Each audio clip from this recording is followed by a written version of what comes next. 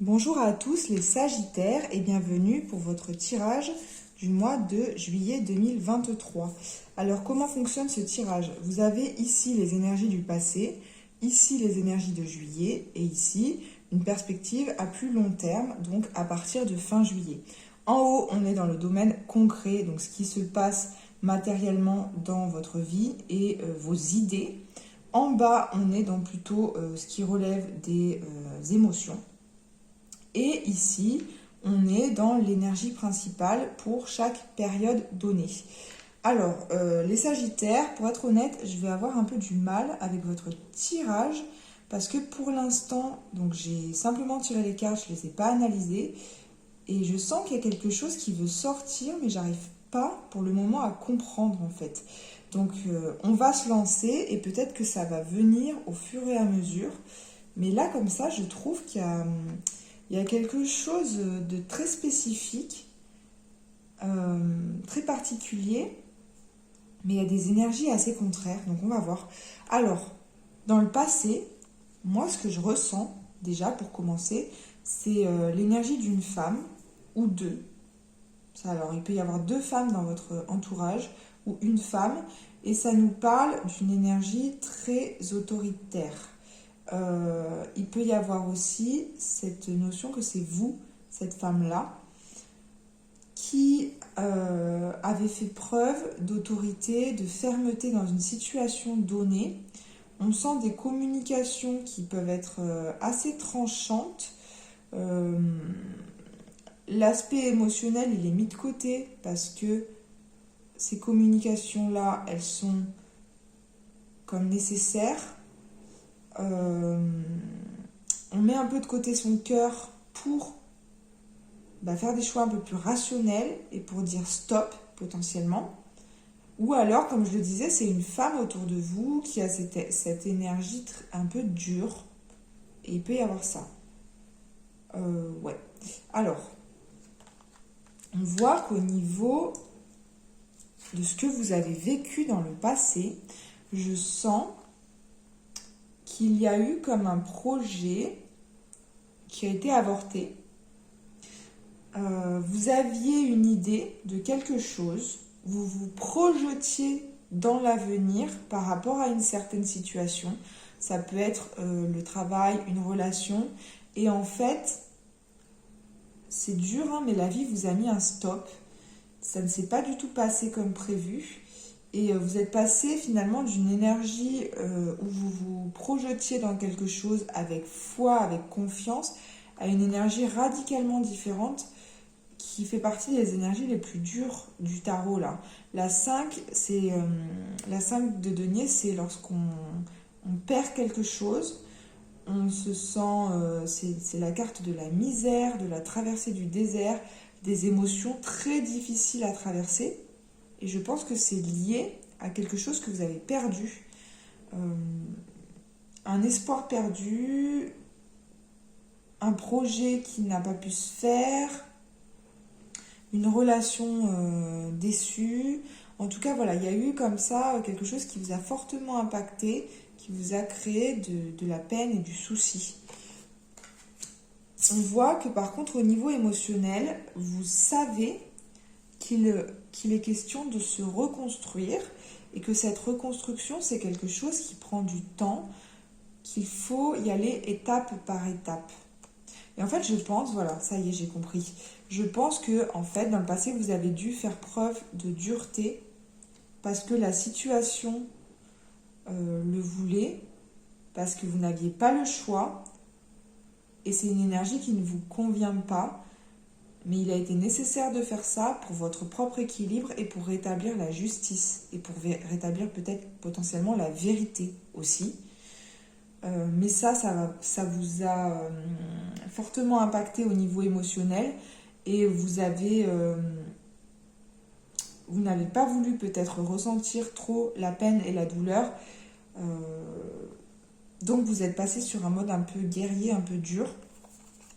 Et vous avez dès le départ entamé votre reconstruction, mais vous savez que ça va prendre du temps. Voilà. On voit qu'au mois de juillet, là, on a une combinaison de cartes qui est très positive, puisqu'on nous parle de quelqu'un qui fait des esquisses, des ébauches de projets et qui sait, entre guillemets, ce qui va lui apporter de la joie, du bien-être et un sentiment de lien avec les autres. Donc il y a comme ça une joie retrouvée et en tout cas, dans tous les cas, une capacité à refaire des projets, à repartir de l'avant et à visualiser. Pour moi, c'est ça, c'est la visualisation créatrice. C'est je visualise ce que je souhaite, je visualise ce qui me ferait du bien. Et on vous sent comme reprendre le pouvoir et recommencer à mettre en place des choses. Donc là, pour moi, il y a quelque chose de dur qui s'est passé dans le passé. Et c'est comme si maintenant, vous n'aviez plus rien à perdre puisque vous pouviez recréer à partir de rien. Et il y a tout qui est sur la table là et on vous propose voilà, de recréer. Maintenant, avec la 2 d'épée, il y a une notion de choix à faire. Et je pense qu'il y a la notion aussi de choix entre les énergies du passé et les énergies du futur. Comme si vous étiez dans un entre-deux et que c'est pas évident de passer à autre chose alors qu'on n'a pas accepté ses émotions, on a mis un voile dessus et on s'est juste remis au travail, entre guillemets. Donc ça fait qu'il y a encore un reste du passé et que vous tenez les deux à bout de bras. Donc les projets du futur, les envies, mais il y a des émotions toujours difficiles qui viennent d'avant. Et ces émotions, vu que vous ne les acceptez pas encore, vous les ressentez, donc vous ressentez leur poids, mais vous n'acceptez pas de les regarder. C'est ça.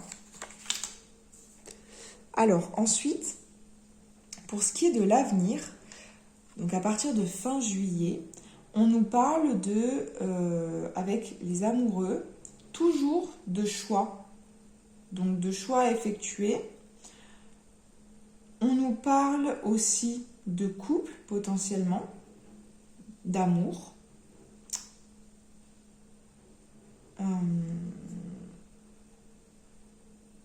Ouais. Ça reste large là. Hein. Donc choix ou de quelque chose qui concerne le domaine affectif, le domaine amoureux. On voit que au niveau de ce qui va se passer concrètement, vous allez avoir des angoisses par rapport à votre réalisation de vie. C'est-à-dire par rapport à vos projets, à ce que vous planifiez pour votre propre bien-être. C'est comme si vous saviez qu'il faut recréer, qu'il faut repartir à zéro et refaire des choses. Vous pouvez avoir peur de vous planter et puis aussi vous pouvez avoir peur d'échouer, de ne pas y arriver. Et je sens que la journée, vous êtes actif, vous êtes à la tâche pour faire ce qu'il y a à faire, mais la nuit, ça vous crée du souci, peut-être des troubles du sommeil, ce genre de choses. On voit enfin que, et là c'est plutôt positif, il y a avec la 6 de coupe, les émotions qui reviennent.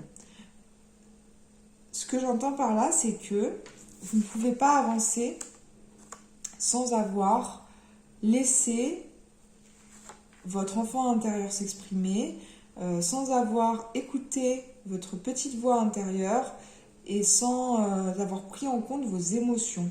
Et là, les émotions, elles vont revenir sur le tapis. Alors, ça peut être blessant de ressentir certaines émotions, mais c'est quand même bénéfique à terme parce qu'on ne peut pas camoufler nos émotions. Elles ont besoin d'être exprimées. Alors, si on approfondit un peu le tirage. Alors, qu'est-ce qu'on a ?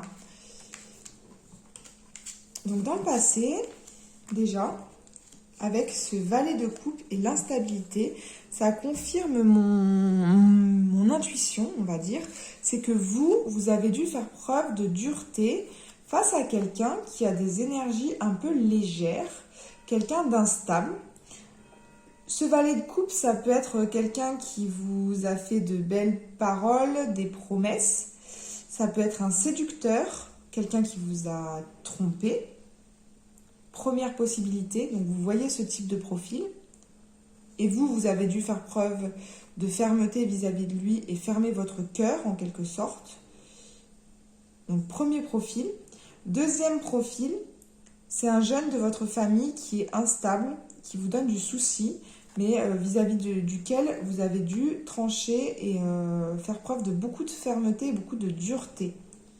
Donc on a deux cas de figure potentiels. Après, moi je crois quand même, avec le reste des cartes, qu'il peut y avoir un truc vis-à-vis du sentimental et s'être rendu compte qu'on avait une personne en face de nous qui était inconsistant, très dans la légèreté, voire même donc quelqu'un qui trompe en fait, hein. Qui nous trompe, mais parce que il aime séduire, il aime plaire, il aime... c'est une forme de romantisme naïf, mais où finalement on ne se rend pas compte qu'il y a des conséquences à nos actes et qu'on peut blesser en papillonnant. Voilà, c'est quelqu'un qui papillonne. On a, avec la 5 d'épée et la carte du compromis, on vous dit que il y a un conflit avec l'entourage. Alors, soit avec l'ensemble de l'entourage, soit, je pense plutôt, avec cet individu-là, dont on vient de parler. Il y a un conflit qui provoque des tensions et du stress. Et on vous dit que ce conflit a dégradé la communication et les relations. La confiance, elle est comme perdue. Et si vous sortez gagnant de ce conflit dans ces conditions-là, ce sera une victoire amère. Ça peut nous parler aussi de potentiellement quelqu'un, voilà, qui veut écraser l'autre et lui prouver qu'il a tort, mais au final, on ne sort pas gagnant de tout ça. Donc ce qu'on vous dit, c'est que pour sortir gagnant de la situation, il va falloir être capable de compromis. Ok ? Donc laisser l'autre s'exprimer. Et puis aussi de compromis vis-à-vis de soi-même. Donc je m'écoute pleinement et je sors de cette forme de dureté. Parce que moi je crois aussi que ce conflit, il est comme interne. Et vous auto-cravachez, vous voulez avancer avec dureté, alors qu'en fait il y a une part de vous émotionnelle qui a besoin de s'exprimer. Et il va falloir écouter ces deux côtés. Ok, donc ça y est, je commence un petit peu mieux à comprendre votre tirage. Et je crois d'ailleurs que les amoureux, finalement, ça me parle à l'intérieur de vous d'une part masculine un peu dure qui veut avancer coûte que coûte et d'une part féminine qui a besoin d'être entendue. Il y a aussi ça. La douceur, les émotions ont besoin d'être écoutées. On vous le reconfirme à nouveau avec la 6 de coupe qui vient nous parler une fois de plus de l'enfant intérieur, des émotions, de quelque chose du passé qui a besoin qu'on l'écoute. Et avec la carte de l'accusation, je sens que vous, effectivement, cette part-là de vous, elle se sent blessée. Il y a quelqu'un dans l'entourage qui a pu vous trahir, vous attaquer. Et il y a un travail à faire autour de ça. Ok. Ensuite, j'ai tiré deux cartes, donc la carte du maître et la carte des aides. La carte du maître, c'est une carte qui nous dit que les personnes de notre entourage sont là pour nous guider. Et il y a des personnes d'ailleurs dont c'est la profession. Et donc on peut s'entourer comme ça, par exemple d'un psychologue, d'un thérapeute, pour aller de l'avant. En plus de ça, on a la carte des aides. Donc ça nous dit que si on se sent dans la difficulté à laisser libre cours à nos émotions, si on se sent dans la douleur par rapport à quelque chose, la douleur, la colère, etc. Il est peut-être temps de demander de l'aide chez un professionnel, pourquoi pas, avec cette combinaison de cartes. Chez un professionnel, et on vous dit aussi que ce qui peut vous aider, c'est quand même aussi d'écouter la voix de la sagesse à l'intérieur de vous. Mais je pense que vous avez besoin qu'on vous tende la main, là, les Sagittaires, pour sortir d'une certaine énergie donnée. Et aller voir quelqu'un, aller voir un thérapeute, ça peut être une possibilité intéressante pour vous, pour votre avancement. Alors, les aides, on va lire la carte pour voir le message. Donc, c'est la carte du 3. Et la carte du 3, d'ailleurs, c'est une carte de changement, puisque le 2, c'est la stabilité, et le 3 apporte une énergie tierce. Donc, ça peut être aussi, par exemple, si c'est un couple ou un lien dysfonctionnel, ça peut être demander à une tierce personne de l'aide. Dans le conflit avec l'autre, dans le rapport binaire avec quelqu'un, ça ne marche pas. Vous n'arrivez pas à trouver un compromis. Chacun veut prendre le dessus, peut-être. Il y a aussi des dissonances intérieures, on l'a dit, de l'anxiété. Donc je pense que vous avez besoin d'une énergie tierce et d'une personne différente qui viennent apporter un éclairage autre et vous faire sortir de ce duel et de cette dualité. Alors, que nous dit la carte des aides? Quoi que vous entrepreniez, des aides invisibles vous soutiennent. Sachez que vous n'êtes pas seul, des présences sont là.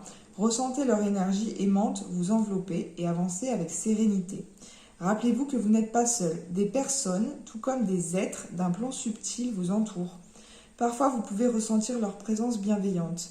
La prière, la contemplation et la foi sont des passerelles pour accéder à ce monde d'énergie, aux esprits de la nature.